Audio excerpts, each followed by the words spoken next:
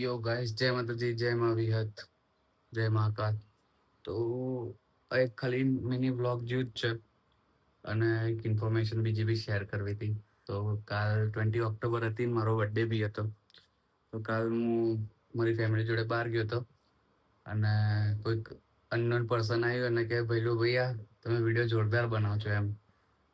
તો મેં કીધું, પહેલા તો હું શોક થઈ ગયો. મેં કીધું યાર હજી તો આટલા જ ફોલોવર છે, એમાં બી આટલું બધું. તો આટલો લવ માટે બહુ જ બધું થેન્ક યુ. અને જેટલાએ સપોર્ટ કરે એમનો બહુ જ દિલથી વધારે થેન્ક યુ. તો ચલો આજે એક નાનો બ્લોગ ચાલુ કરી દઈએ મસ્ત, અને કમબેક કરશું આપણે. અત્યારે મારું થોડું હેલ્થ ઇશ્યુ બી ચાલે છે. કરશું અને જેના માટે હું આજ સ્ટાર્ટ કર્યું છે ને એના માટે આ ચાલુ જ રાખીશ. સમજી ગયો હશે પર્સન. ચલો મળીએ. તૈયાર મસ્ત ફરી સ્માર્ટ તો લાગુ નહીં થોડો શામ છું પણ તોય.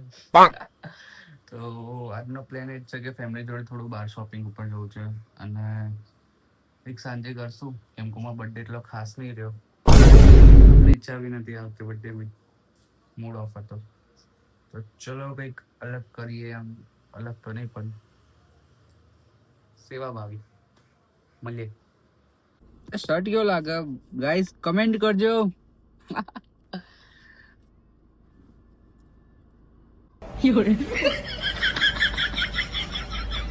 Miss you.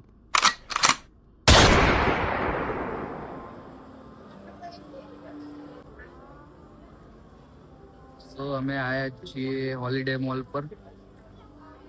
બેસ્ટ મોલ છે ભાઈ એમાં ગાંધીનગરમાં તો. કેમ કે મારું બહુ બધી મેમોરીઝ છે આમાં. મારો ફેવરેટ મુમેન્ટ છે ભાઈ અહીં તો, જ્યારે નવરો પડો ને ત્યારે અહીંયા આવી જવાનું. ગરમી લાગે ને તો અહીંયા આવતો રહે. બરો મારો આઉટફિટ ચેક કરો એકવાર.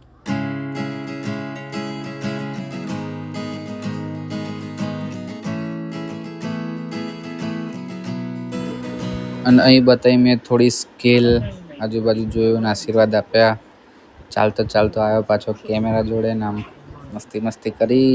અને સાંભળો હવે, શેર કરી દેજો. યુટ્યુબમાં જોતા હોય તો સબસ્ક્રાઇબ કરી દેજો.